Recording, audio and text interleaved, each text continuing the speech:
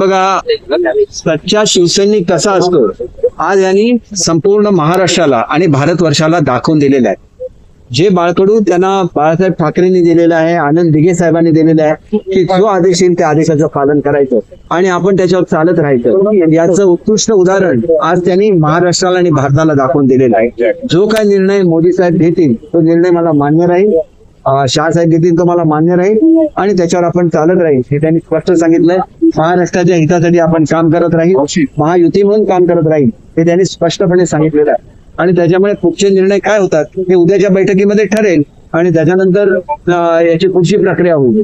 परंतु आज तर जे काय म्हटलं जात होतं की शिंदे साहेब हे मुख्यमंत्री पदासाठीच अडून बसलेले आहेत, हा गैरसमज त्यांनी दूर करून टाकलेला आहे. कुठल्याही पदावर ते अडून राहिलेले नाही आहेत आणि ही बाळासाहेबांची इच्छा होती की माझा सच्चा शिवसैनिक हा महाराष्ट्राच्या मुख्यमंत्री पदावर बसला पाहिजे